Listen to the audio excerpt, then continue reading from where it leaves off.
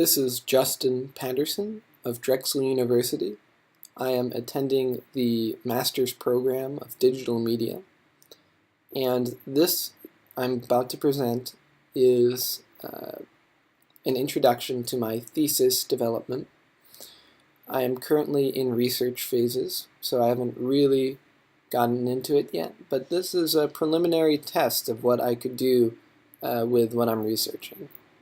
I'm researching adaptive hypermedia, which is a field of study that looks into how user input can be reacted to by interactive systems.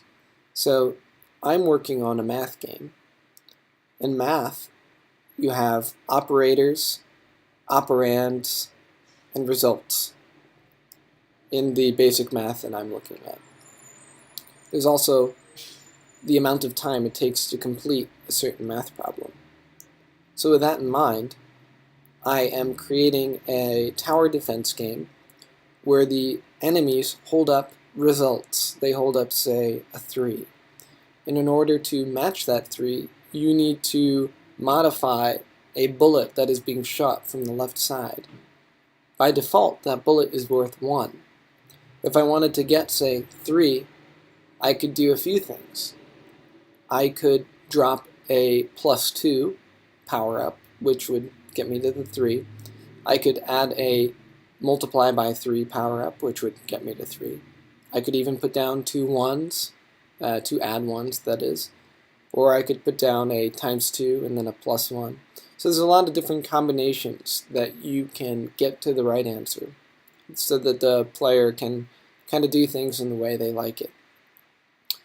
It's also compounded by there's 2 rows of enemies, so that you kind of have to be keeping in mind both sides coming at you.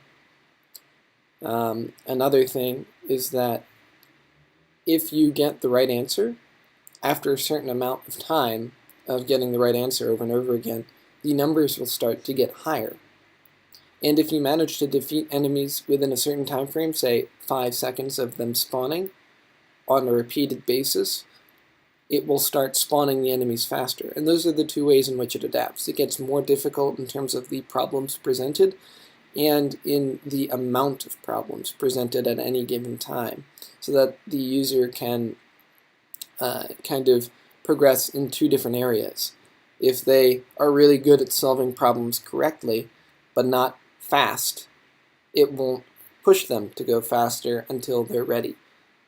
Conversely, if they can solve a lot of small problems very quickly, but they can't go much higher in numbers yet, it can also create a fun experience as well, without making it too overwhelming. Though in the current iteration, as you're about to see, it does get overwhelming because I don't have the numbers tweaked yet. So let's begin.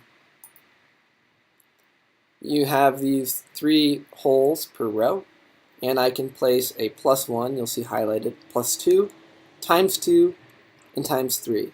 I see a 1 is coming on one side, so I'm going to press spacebar, and it attacks him. I see this 4. I don't have a ×4, but I do have a ×3 +1. And the next one's a 2. So I want a +1 in both columns, or both rows. And that took care of them. I see a 4 coming at me on that side and a 3 coming at me from this side, so I want a +2 on the top and a ×2 on the bottom. Nice. So now I need a +2 on the top, a +1 on the bottom for the 2 and the 3.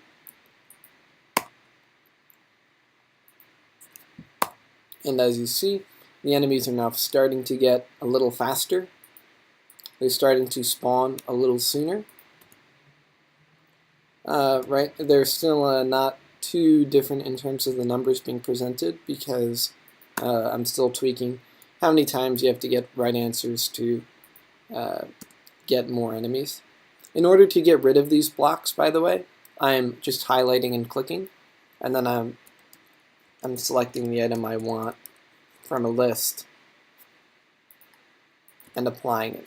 You will see that on the top I actually just got my first 5. and I could probably be better at this game if I had more time, but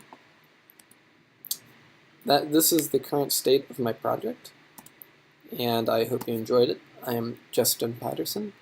Thank you for listening.